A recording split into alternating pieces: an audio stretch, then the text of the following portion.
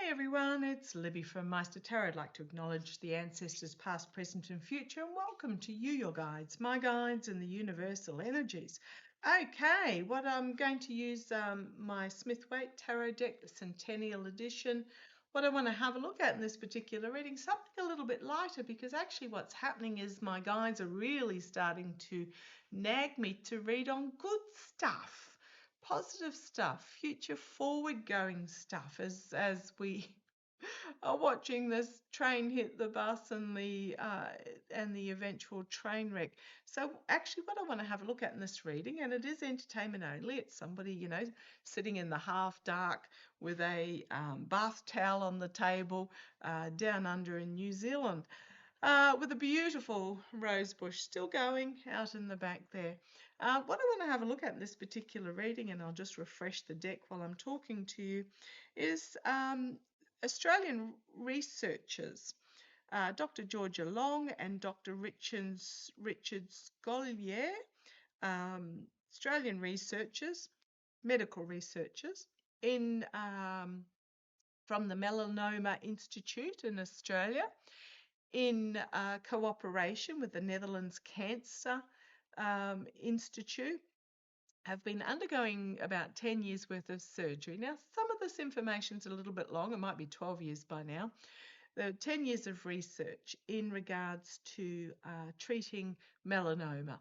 It's one of the biggest cancer killers in Australia. And it's quite insidious because we have so much sun over there, but you don't actually need to be exposed to the sun to have melanoma.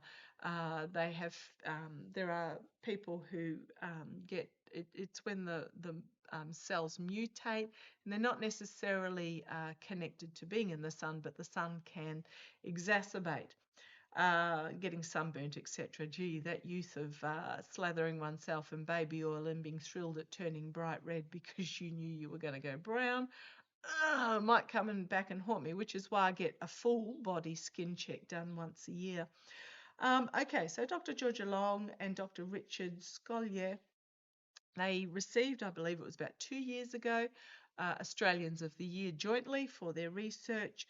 Now, Dr. Richard Scollier, 57 years old, might be 58 by now, was diagnosed a couple of years back with stage 4 glioblastoma, a terminal brain cancer.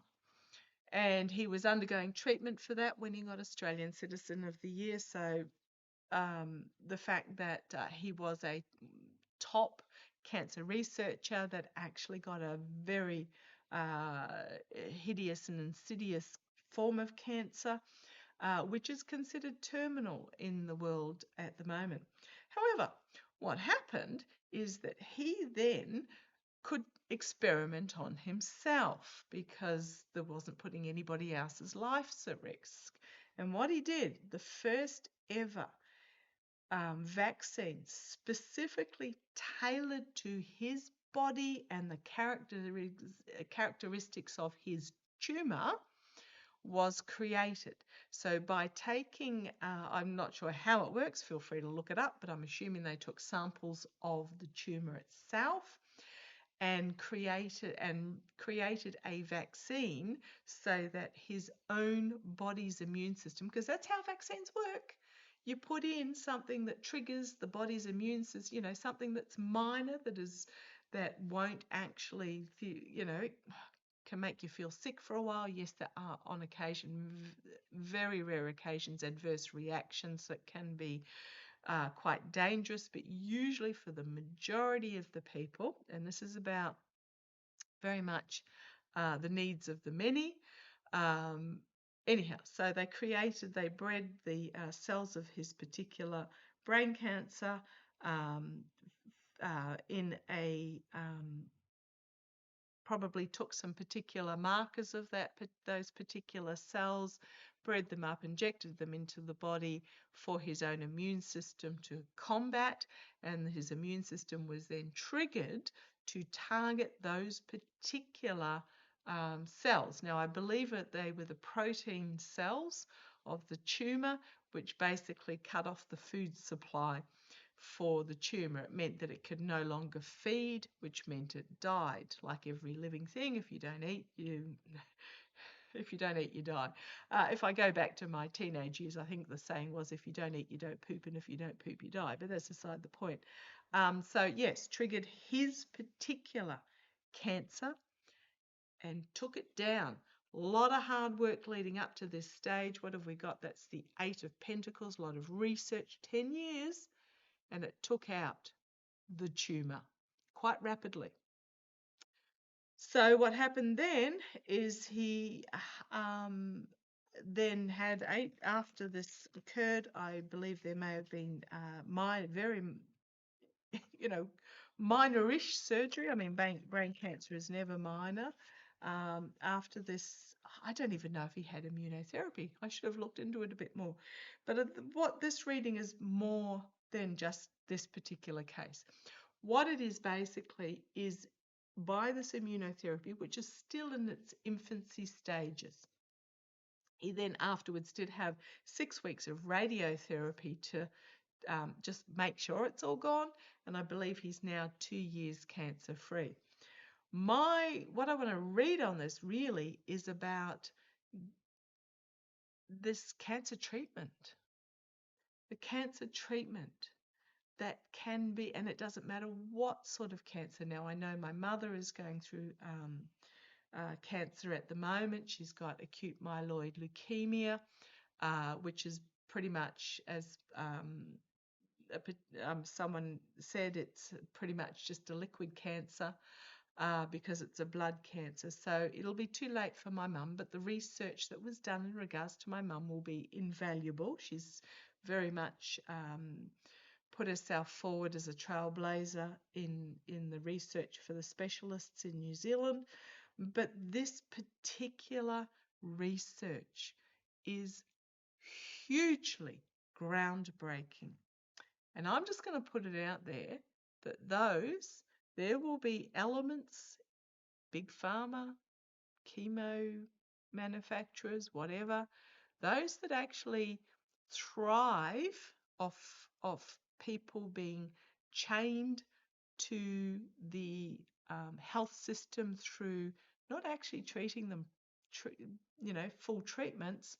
They're going to throw up a lot of smoke and mirrors and clouds and allegations because they can see their honeypot dissolving before their eyes. So just be aware of that. Now, that's why I'm really glad that this took place in Australia and the Netherlands, not the US, because I suspect with the current government in the US, it would be shut down. Yeah, advancements, the chariot. There are advancements that those that are chained to this, the greed and the addiction to wealth, making money, all those sorts of nefarious, they're not going to like these advancements. They can't do anything about them because it's not taking place in somewhere that can be. So let's have a look.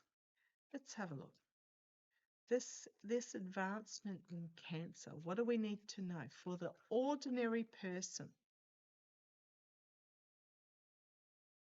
Right, there's going to be some argy-bargy, back and forth, infighting, trying to discredit, because this is bringing an end of an era. It's going to be an end of an era as the star of hope and healing comes forth. Those that have been making money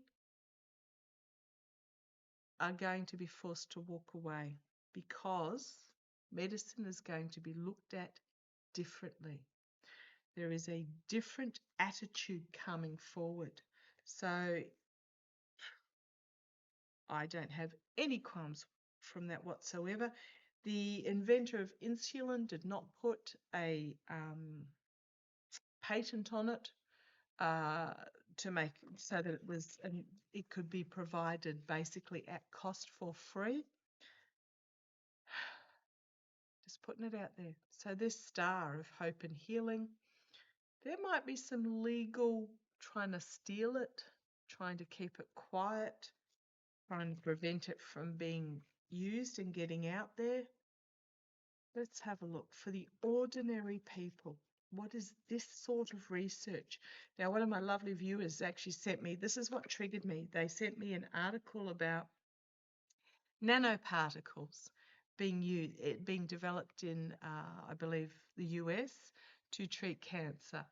Why would you use nanoparticles when you have this sort of treatment available? I think there's going to be a bit of trying to suppress this competition go on, but let's see where it goes. I don't think they're going to be able to because of the countries where the research took place. Right, the moon card. There are going to be secrets revealed.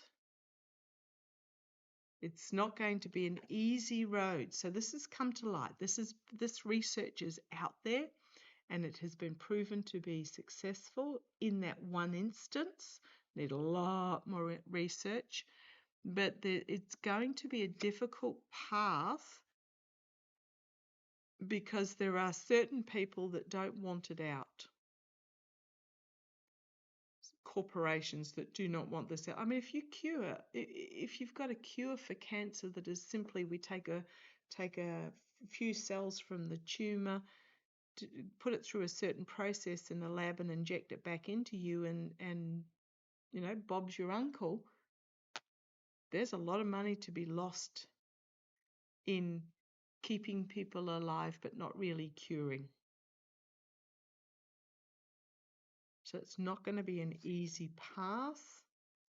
Challenged by the Death card, end of an era, and the Sun. These cards, look in the background here, you've got the two pillars and the sun rising between the two pillars.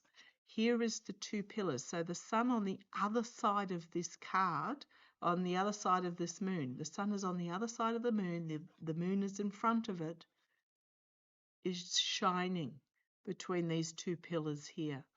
These are cards, these images are from opposite sides. So there are going to be individuals that do not want this treatment out there and going to try and make it as difficult as possible and keep it in the dark, but they're not going to succeed with the Death card there. End of an era. The information is on the internet, if I say overseas, international. I'm really thinking from the point of view of the US. They're not going to be able to do anything about it because this is happening on the international stage. It's a gift of life in the past. Crowning the reading, the lovers working together. I'm asking about for the ordinary people. It's not there yet. There's still research that needs to be done before it gets to the final stage, but it is heralding an ending of what was. New plans coming forward. Yeah, there's the new plans being brought forward with the Page of Wands and the Ace of Cups. It's the end of how was, the beginning of the what can be. Page of Wands, Ace of Cups. Hopes and fears. There's a lot of money negotiations happening. Attempts to, I think what this is these two here are attempting to get control of it. It feels like they want it suppressed. I don't think it's going to be the outcome. I actually feel this is a really good card. The taking of the truth and taking it out of camp. But swords also are for me are about specialists and scooting out of camp with this new treatment, this new truth, this new vaccine, because swords also can be needles. I don't think they're going to let it be bought. Yeah, I don't think this is an equal working across the aisle and the Sun card. This is fabulous. Absolutely fabulous. There's going to be offers made for the technology or the whatever it is that are going to be rejected for the star, the healing of everybody. And the oligarchs, or those that control this, are not going to be happy. They are not going to be happy, and I think they're going to try and, because you've got the High Priestess wanting to keep it hidden, the Empress, what is should be available for all. You've got the oligarchs there, maybe legal action to try and lay claim to it with the Two of Swords and the Five of Swords. But I think it's going to come out anyhow with the Knight of Wands. It will be presented, and certain individuals will find themselves with their money funnel being cut off and out in the cold, as this is for all with the Queen of Swords. Yeah, Queen of Pentacles. Yeah, I think, yeah, I do. I think so. The big moneyed interests will be trying to get their grubby little mitts on it to suppress it. I don't think they're going to succeed. I don't know how long before this comes out, but oh my goodness. Okay. Is there anything else we need to know in regards to this breakthrough cancer treatment?